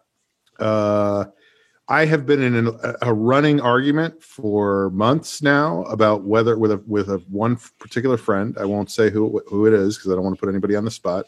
I will say this person is a friend of the podcast, but we have been arguing about whether poetry is a valid art form or whether it's just writing that you do in a weird way, like you structure it weirdly so it's not it's just prose, but when you read it out loud you say it's strange and you put it on the page wrong so it looks weird. And obviously my side of the argument is poetry is a valid art form and this person is saying poetry is bullshit. And I say this because the day of the inauguration, as Amanda Gorman was reciting the poem that she wrote, I was like, see, this is fucking amazing. And I picked up my phone to text my friend, and he had just texted me to say, I would have preferred it if she just told a story. No. You guys are true to your worldviews. But I guess what I'm saying is, no. He admitted later that I was right in this particular case, even though it wasn't, But It would have been so weird if she got up there and was like, just checked in about her life. I agree. I ate cannoli pancakes. Shout out to IHOP and IHOPPY Hour. I think for a lot of people, poetry is like listening to another kind of music, and their ear, it's just. It's the same thing, It's tough. It's like any art form. There is good poetry and there is bad poetry. And if you only bump up against bad poetry, it's easy to form the opinion that poetry is bad. But if you only saw bad improv, if you only saw bad acting, do you know what I'm saying? I do, and I agree with you. And I also think that poetry is a thing that people put too much stock into. In other words, they go, oh, this is supposed to have some crazy higher meaning, and I'm not getting it. I don't get it. I'm not getting what I'm supposed to get from this. And it's like, no, you get what you get from it, and maybe there is more, and maybe there isn't more, but it's still just presented. It's just like inhale and exhale. That's all I'm saying. It's like when people stand in front of modern art, or what, something that it's not. No, modern art is bullshit. What they see in their heads, or they hear in their heads, and her poem was beautiful, and it was truly moving. And I actually saw someone. But you wanted to see a phone number across the bottom saying, "Call now, operators are standing by." And then like a plate spinning act after her. I did see someone comment online about how. For them, it reminded them of how much, speaking of fundraising, of actually how much we need to also be conscious of the arts right now. Again, even though it doesn't seem like a life and death thing right now in this from the perspective of what we're living through, but it is a part of our society. It is a part of how we navigate these things. An artistic moment of everyone listening to her words. But to give an example of the other side, and I'm not saying this is bad poetry because I don't want to condemn it or judge it, but Amber, when you said there's bad poetry, what popped in my head was all the ads they do now that are those anti-tobacco smoking ads that are like spoken word, like they put it in our streets. with the camel man and it's like, and it's been written so clearly to like, be like, don't smoke. And I just, that's the kind of poetry where I'm like, to my ear, I'm like, oh, it sounds like someone's doing a parody of something, right? So anyway, I guess what I'm saying is I would like to hear from our listeners on our Facebook page about whether they think poetry is valid or if they think it's bullshit and people should stop pretending that it's not just writing things, because you could just write poetry in paragraphs and then it wouldn't be a poem anymore. It would just be prose. So would that be a way to do it, or is that, is it bullshit or not, is basically what I'm saying. And if the listeners vote for it being bullshit, I will come out and say that poetry is bullshit. I'm gonna. Wow. There's a lot on the line. I don't even have Facebook, so I fingers crossed this goes well. I will come out in my full kit and say it's bullshit. Wow. And then stick out my finger and ask someone to pull it. How does your friend feel about haikus? They can't like them. I don't know, because we haven't gotten into specifics. It's not. I'm not like. But what about iambic pentameter? How is that not poetry? All right, parting shots, Joe. Yes, my parting shot is you reminded me of something that I did see this week that it wasn't the actual inauguration and swearing in, but it did have an emotional effect on me, and I was so happy that it was done, because it is something that this country truly needed, which was the ceremony the day before, commemorating, the dead, that the people that we've lost during this pandemic. And, to talk to my mother that night, I think a conversation that many people had, which was that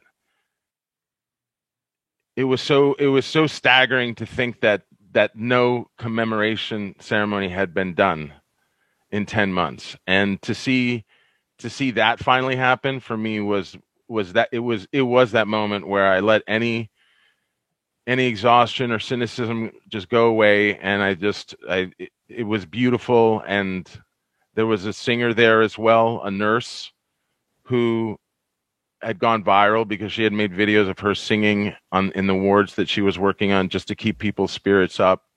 And it was beautiful. And it was the moment, Sean, that you said from the beginning of the show, where it made me feel like, that there is some change that's happening. And if it's just even the acknowledgement of the trauma and the pain that people have been going through and are going to go through for the rest of their lives. So not to end it on a bummer like that, but when I was, we still have to get through Amber, so don't worry. Oh, sorry. But I did want to actually end with a positive. Just keep talking forever. A boba. I know. I was going to. I was actually. It. No. I know you did. I know you didn't. I know you didn't. And I actually was going to start off by saying that I was going to keep it short. But a quick boba. Jamie, if I may. I just found this kind of online, and it just really stuck with me this week. And it was about how when you are truly feeling so trapped within yourself, if it's that hopeless feeling or depression, just a reminder that one of the best ways to get out of that is to do something for someone else, no matter what that is, whether it's from volunteering and passing out oximeters to homeless people, to just being there for a family member or a friend, and to just try to put yourself in a situation, if you can, where you actually are thinking of someone else and you can actually do something about it. And in the last couple of weeks, that was me helping my mom put together a PowerPoint and adding audio to it, and it turned into a 7-hour ordeal, and we were just so struggling together. And by the end of it, she was like, it was literally 2 a.m. in Phoenix, and we were just trying to get it to be turned into an MP4 so she could send it to me. And she was like, we finally did it, but she was like, I have to take a pill because I'm starting to see double. And I was like, Mom, we're done. But What was she making a PowerPoint about? She's going to be in a virtual. Don't get him going. Amber. A virtual medical conference that's coming up. Oh wow, that's cool. But the next day, I remember thinking those because it literally was 7 hours on and off. Like I would research stuff online, call her back, try to talk her through it. Anyway, the next day, that 7 hours was like, oh my God, that was so hard. And then, but a week later, I was like, I'm just happy that those 7 hours were 7 hours where I wasn't thinking about me. I wasn't I wasn't trying to psych myself out about how bad things may be right now. I was just in a position to do something for somebody else. And that's a great way to get out of that. So I just wanted to share that with the listeners. How long ago was this? How many days ago do you think it was? It was, it had to go in Friday night. Yeah. So we did it the night before the last recording because we record on Saturdays, listeners. So it was the day before the recording, and I didn't talk about it because it was so still too fresh. Right. It was still in it, especially by the end because I was like, maybe I should have told my mom like go to bed and then we'll finish it in the morning because I forget that she's 82. She just turned 82. And she was like, I can't really see straight right now. And I was like, oh my God, she's an elderly woman. She needs. So it was 8 days ago. Yes. Yeah. I was hoping it would have been 16 days ago because then it would have been. It's been 7 hours and 16 days since we started this. It would have been like a Prince song that she would record, you know. All right, Amber. Shout out to Prince. Shout out to Prince. And Sinead. Shout out to Prince. Yeah, I have two quick things. The first thing is today is my parents' 39th wedding anniversary. Congratulations, guys. Which is no small feat, and they are big feet. Both. They're adorable. They're so cute. Like when I talk to them. They're in lockdown in Mexico and have been. So they see very few people and they go grocery shopping every 2 weeks and it's just the two of them.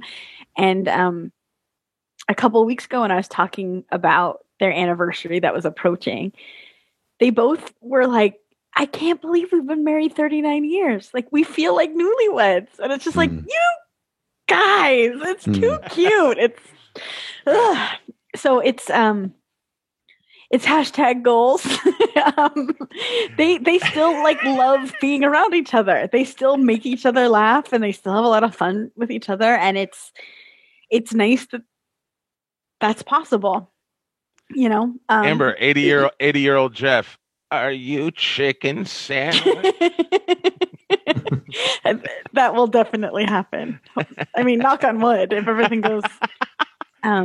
If you're still getting hungover at 80, I think you're doing it right. Oh, I will. Shaka, bro. Shaka. The other thing was, so Sean, you asked about this a few times, or at least one time, but in my head it turned into a few times. One of the reasons we moved into this apartment was now we can get a pet. And so you did ask, like, when is that I said, did you get a dog yet? Yeah. And we haven't, but I've started dipping my toe in, and it's into a pool of dogs. Yeah, it's strange. Hey, what are you doing? Get out of here. That's gross. All chicken sandwich now. I've never online dated, which makes me sound like a grandma at this point. I've never, that's just something I've never ever done. But you're thinking about it now.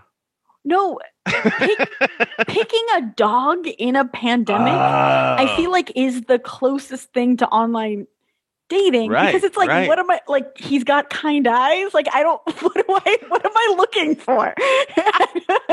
Where do you look? Like, where? I have friends who are deep in the shelter communities. Tess Barker, she's amazing. She's a big animal advocate, so I asked her what to do, and she sent a long spiel. But it was like because I was like, are there shelters that are good? Are there shelters that are bad? Like, I don't know. You know, there might be unethical ones, and Right. it's very hard to tell. And she said that basically all shelters are good, but it depends on what you want. You also might want to go to a rescue, and rescues will be more expensive. But then the dog it'll be a longer process. They'll interview you and make sure you're a good fit. But then the dog comes and it's already got all its shots and medical and blah blah blah blah blah blah. Anyway. Looking for a dog, ma'am? You've come at the right time. It is iPuppy Hour. Point is, it's by the way, only ethical dogs here. We swear that's a dog. That's a turtle in a dog costume. No, it's a beagle. Well, I've always said that when we get a dog, like, we're not the type of people who are like, we want a Shih Tzu who's brown. I don't have a dream I dog. have a brown Shih Tzu. That's apparent from the two options that you threw out. Dream bigger. Dream big, baby. We're going for what I brown mean Shih is Tzu. like I will love the dog that is mine. I know this sounds like really woo woo, but I always felt like the dog that is meant for me will come to me. If you like build it, then come. It will appear, but at the same time, I have to take some steps, and it's weird because like I'm just scrolling at pictures of dogs, and it's strange. All I'm saying is it's a strange. But process. you're in process. Mm-hmm. Because I'm gonna keep bugging you about this. Just the toe end. Like we haven't done much, but there was one dog. It's also funny because dogs online all already have names, and a lot of them are stupid. You know, like I don't want a dog named that. And everyone who adopts a dog. This is Sir Quintleberry. Well, there was a dog that was like, this dog's pretty cute, and I showed it to Jeff, but its name was Spice Girls. Plural. That's really funny. Which I loved. I fell in love with. But then when I clicked on it, if you want to be my owner, when I clicked on you it, gotta it was get me spayed. It was the profile of That's a good commercial. Of two sister dogs. One was Posh Spice and one was Sporty Spice. But so like that's why it was listed as Spice Girls. But I like the idea of just one singular dog being really plural band. But Amber, I've never dated a dog, but I heard that a lot of them, they always say they're taller than they are, which is like right. So annoying.